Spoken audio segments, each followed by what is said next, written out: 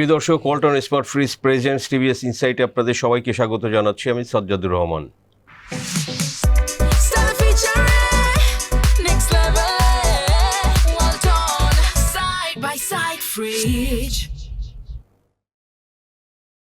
দর্শক, 110টি technical training centre আছে, যেটা কারিগরি শিক্ষার যে দক্ষতার শেখানোর যে সেন্টার, এটা সরকারেরই করা। তো এই সেন্টারগুলো এত থাকা সত্ত্বেও আসলে বাংলাদেশের কিন্তু দক্ষতা নিয়ে আমাদের দেশের মধ্যে এবং দেশের বাইরে এগুলো নিয়ে বিস্তর আলাপ আলোচনা এবং সমালোচনা আছে।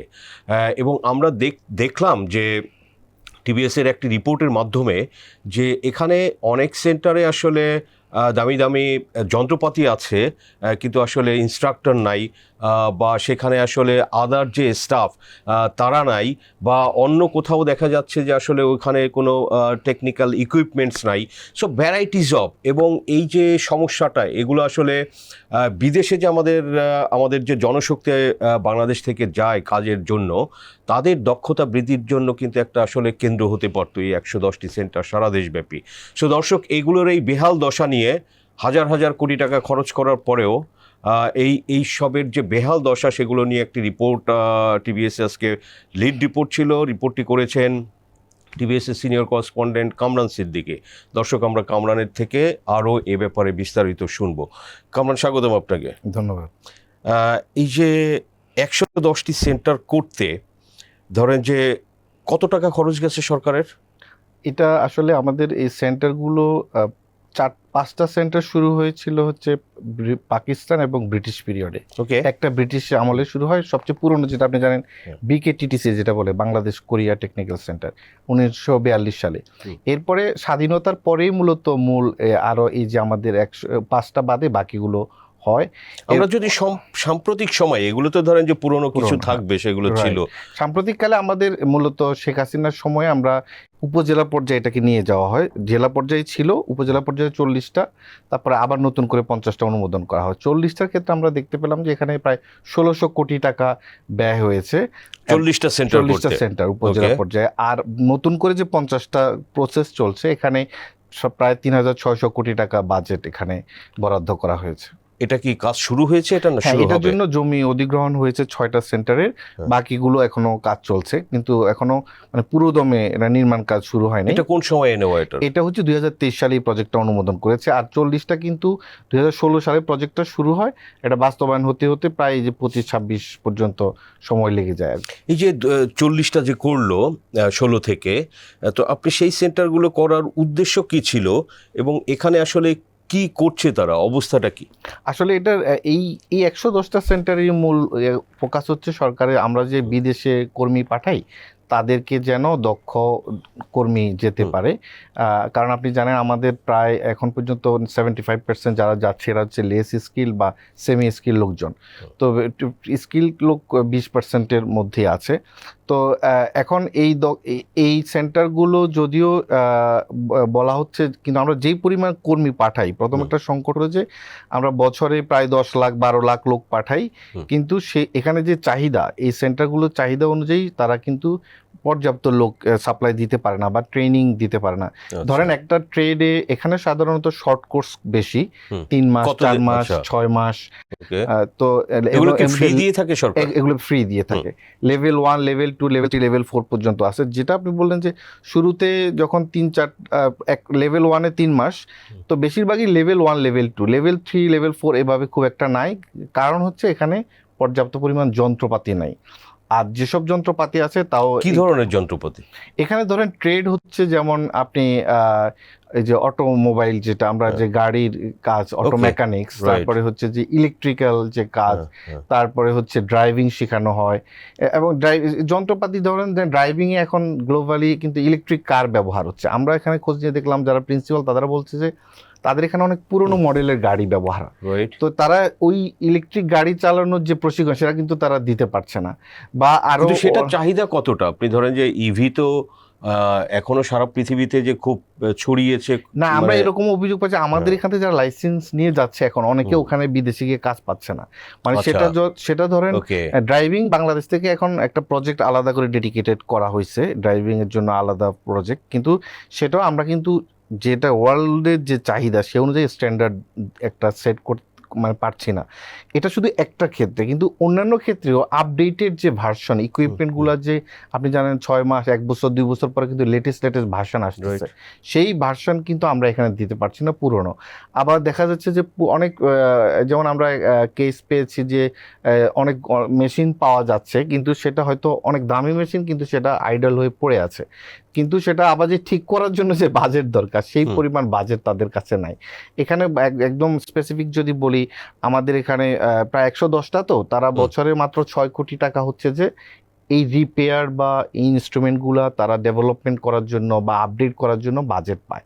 কিন্তু এটা কয়টা সেন্টার? এটা 110টা সেন্টার, 110টা কিন্তু সেন্টার। তারা প্রত্যেকটা সেন্টারই আসলে 1 কোটি টাকা বা তার চেয়ে বেশি করে দরকার, সেটা হয়তো তারা 1 লাখ টাকা দিতে পারে, 1.5 লাখ টাকা দিতে পারে। এখানে একটা বিষয় বলা দরকার, বাজেট একটা আসলে বিগ ইস্যু। যদিও এই অবকাঠামো তৈরিতে সরকারের অনেক ব্যয় হয়েছে, বিল্ডিং করতে ব্যয় হয়েছে, আমরা যে টাকার কথা বলছি, কিন্তু ইনস্ট্রুমেন্ট বা টিচার সাপোর্ট আমাদের এখানে প্রবাসী, এটা যেহেতু প্রবাসী কল্যাণ মন্ত্রণালয়ের আন্ডারে, এখানে প্রবাসী কল্যাণ মন্ত্রণালয় কিন্তু খুবই বাংলাদেশের যে কয়টা মিনিস্ট্রি সবচেয়ে পুয়ার বাজেট, এটা কিন্তু রেভিনিউ বাজেট খুবই কম পায়। এরা ওই যে প্রবাসীদের টাকা থেকেই সরকার এই যে তারা যাওয়ার সময় কিছু টাকা কেটে রাখে ওয়েজারনেস ওয়েলফেয়ার বোর্ড বা এরা, ওখান থেকে এদের অনেক কিছু ব্যয় করা হয়, কিন্তু এখানে যে সরকার নিজস্ব ব্যয়টা করবে বেশি করে এইসব খাতে, এটা তারা যারা প্রিন্সিপাল আছেন কারিগরি এখানে এরা বলছেন যে তারা চাচ্ছে রেভিনিউ বাজেট, শুধু প্রজেক্টের হলে প্রজেক্ট দিয়ে শেষ হয়ে যায়, কিন্তু পার্মানেন্ট সাস্টেইনেবল যদি আমরা একটা প্রশিক্ষণ বা দক্ষ লোক তৈরি করতে চাই তাহলে এখানে সরকারকে পার্মানেন্টলি রেভিনিউ খাত থেকে আরো বরাদ্দ দিতে হবে। এখানে যারা ইনস্ট্রাক্টর বা টিচার তারা কারা এবং এরা কি আসলে যথেষ্ট আছে এখানে, মানে শেখাতে তো হবে?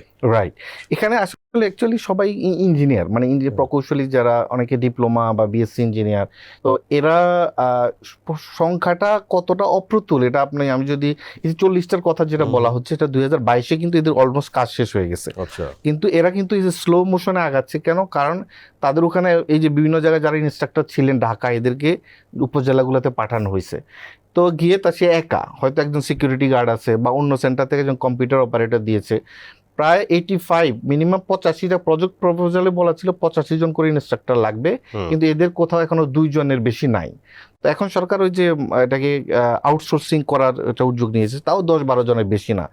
তো আমরা দেখতে পাচ্ছি প্রত্যেকটা সেন্টারে, মানে প্রতি সেন্টারে 85 জন ইনস্ট্রাক্টর, 85 জন টোটাল জনবলের একটা প্রজেক্ট প্রপোজালে প্রস্তাব করা হয়েছে, কিন্তু সেখানে বাস্তবে আছে 2 জন বা 3 জন। এখন চাহিদা কি আছে? আপনি ধরেন যে শিখবে, রাইট, হ্যাঁ, সো ট্রেনিস কি আছে? যথেষ্ট, মানে আমাদের এখানে যেমন এই গতবারই তারা আমরা দেখলাম যে 1.27 মিলিয়ন, মানে 12 লাখের উপরে নানা রকম প্রশিক্ষণ নিয়েছে। আমি যতগুলো সেন্টার দেখলাম, এইখানে একটা সুবিধা হচ্ছে এখান থেকে যারা ট্রেনিং নিচ্ছে সবাই কিন্তু বিদেশ যাচ্ছে না, ধরেন বিদেশে যাচ্ছে হয়তো 25 থেকে 30 অন এভারেজ, আর পার্সেন্ট 25 থেকে 30%, বা যেসব ট্রেডের খুব চাহিদা ইলেকট্রিক্যাল বা ওয়েল্ডিং প্লাম্বার, এরা যাচ্ছে হয়তো ধরেন 40%, অন এভারেজ 30%-এর বেশি না, কিন্তু বাকিরা কিন্তু দেশে জব পেয়ে যাচ্ছে।